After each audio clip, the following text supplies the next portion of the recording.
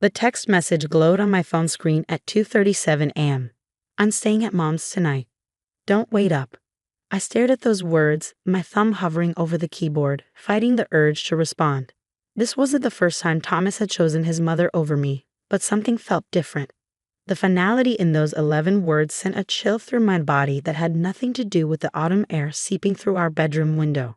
I didn't know it then, but that message would be the beginning of the end, not just of my marriage, but of the woman I used to be. The woman who spent 6 years trying to compete with her mother-in-law for her husband's attention. The woman who believed that if she just tried harder, loved more deeply, or showed more patience, she could fix what was fundamentally broken. Today, 3 years later, I run one of the largest support networks for women dealing with similar situations. We call ourselves the Mother-in-Law Survivors, though we laugh about the name now. But before I tell you about how I help others find their way out of the maze I once wandered, let me take you back to the beginning. Because to understand how I became who I am today, you need to know who I was then. I met Thomas Harrison at a friend's wedding in spring 2015. He was the best man, and I was a bridesmaid, a setup so cliché that we both joked about it during his toast. He was charming, successful, and looked at me like I was the only person in the room. When he asked for my number, I didn't hesitate. Our courtship was a whirlwind. Within 6 months, we were living together, and by the 1-year mark, he had proposed. Everything seemed perfect, except for one small detail I chose to ignore. His relationship with his mother, Margaret. Margaret Harrison was not your typical mother-in-law. She wasn't openly hostile or obviously controlling. Instead, she wielded her influence with surgical precision, using guilt and manipulation so subtle that I often questioned whether I was imagining things. She would call Thomas at all hours, always with some crisis that only he could solve. When we announced our engagement, she ended up in the emergency room with stress-induced chest pains that mysteriously disappeared once Thomas promised to visit her every Sunday. "She's just protective," Thomas would say, defending her. Dad's death hit her hard. I understood that losing her husband had been devastating, but what I didn't understand then was how she had transferred all of her emotional needs onto her only son. The wedding planning became a battlefield, though Margaret never once raised her voice or made direct demands. She would just make suggestions, endless suggestions, each one accompanied by a story about family tradition or a reminder of how this would be her only chance to see her son get married. Thomas always sided with her, and I, wanting to be the perfect, understanding wife, gave in time after time. Our wedding day set the tone for what would become our marriage. Margaret had a front row seat at the ceremony, wore white despite my mother's horrified objections, and gave a 20-minute speech at the reception about her 2 special children. I smiled through it all, telling myself that this was normal, that all marriages had their challenges, that things would get better once we settled into our routine. They didn't. The first year of marriage was a series of small surrenders. Thomas and I bought a house just 10 minutes from Margaret's, though we'd initially planned to live in the city. Our Sunday visits became twice-weekly dinners and daily check-ins. Margaret had a key to our house for emergencies, which she used whenever she felt like dropping by, usually when Thomas and I were having a rare moment alone. I tried everything to make it work. I invited Margaret to join us for holidays, planned special mother-son outings, and even suggested she take up a hobby or join a grief support group. But nothing changed. If anything, her hold on Thomas grew stronger. The breaking point came gradually, then all at once. Thomas started spending more nights at his mother's house, claiming she was having anxiety attacks or couldn't be alone. Our intimate moments became increasingly rare, interrupted by Margaret's calls or Thomas's guilt over leaving her alone. When I suggested couples therapy, Thomas accused me of being selfish and unsupportive. "She needs me," he would say, his voice tight with anger. "She's all alone in this world." "What about what I need?" I would ask, but the answer was always in his silence. The night of that final text message, I lay awake until dawn, scrolling through old photos on my phone. There we were on our honeymoon in Hawaii, both smiling, both tanned and happy. There we were at Christmas, Thomas sandwiched between Margaret and me on the couch, his body language already telling a story I hadn't wanted to read. The photos became a timeline of our relationship's decay, each image showing me losing a little more of myself, trying harder to fit into a space that was never meant for me. When Thomas came home the next morning, I was sitting at our kitchen table with 2 cups of coffee and the divorce papers I had drawn up months ago but had been too afraid to show him. He didn't look surprised. "Mom thinks this is for the best," he said, and in that moment, I realized he probably discussed our marriage with her before coming to talk to me. I signed the papers first. The months following our separation were both the hardest and most transformative of my life. I moved out of our house and into a small apartment, taking only what was undeniably mine. The space felt enormous and empty, even though it was half the size of our marital home.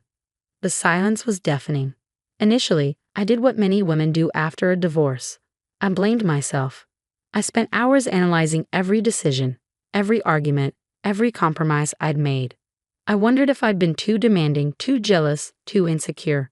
I lost weight, couldn't sleep, and found myself crying in inappropriate places: the grocery store, my office bathroom, the gym. But slowly, something began to change. In the quiet of my new life, without the constant drama and tension of competing with Margaret, I started to hear my own voice again. I began journaling, first just to empty my mind of the circular thoughts that kept me awake at night, but then as a way to track my healing. I started seeing a therapist, Dr. Sarah Chen, who specialized in relationship trauma and family dynamics. It was Dr. Chen who first helped me understand that what I'd experienced had a name: emotional incest syndrome, also known as covert incest. This is when a parent uses their child as a substitute for an adult relationship, creating an unhealthy emotional dependency that affects the child's ability to form healthy romantic relationships.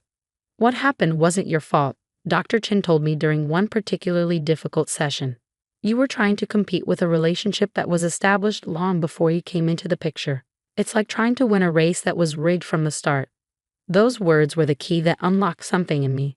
I began researching, reading everything I could find about emotional incest and its effects on marriages. I joined online support groups and was shocked to discover how many women had stories similar to mine.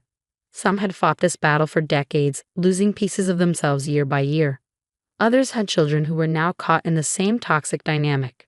The more I learned, the more I realized that this wasn't just about me anymore. There was a pattern here, a societal issue that needed to be addressed. Women needed to know they weren't alone, that they weren't crazy for feeling the way they did, and most importantly, that they had options. One night, unable to sleep, I started a blog.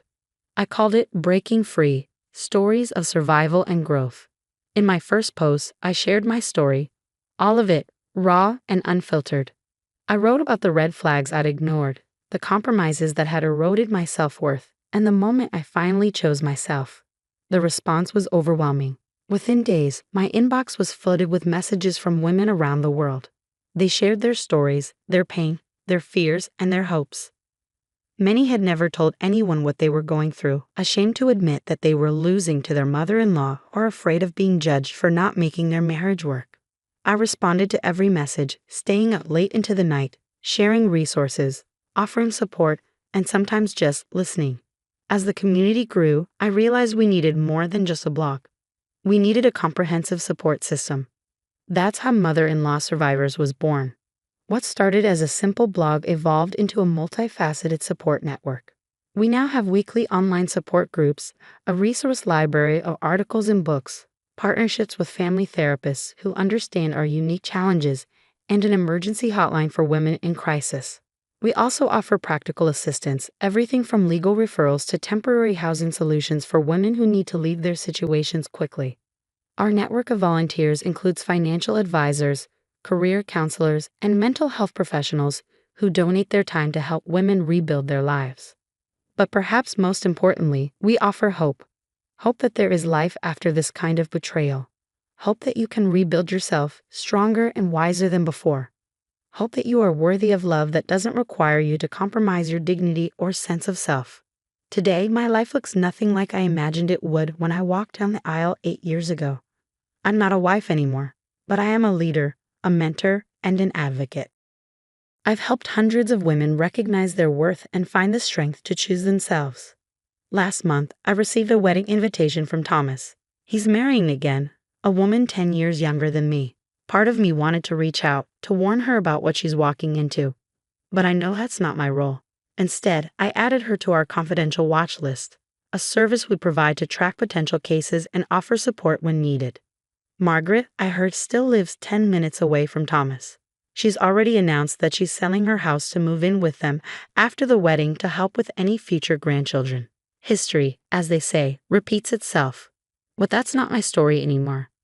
My story is about breaking cycles, about turning pain into purpose, about helping other women write their own endings.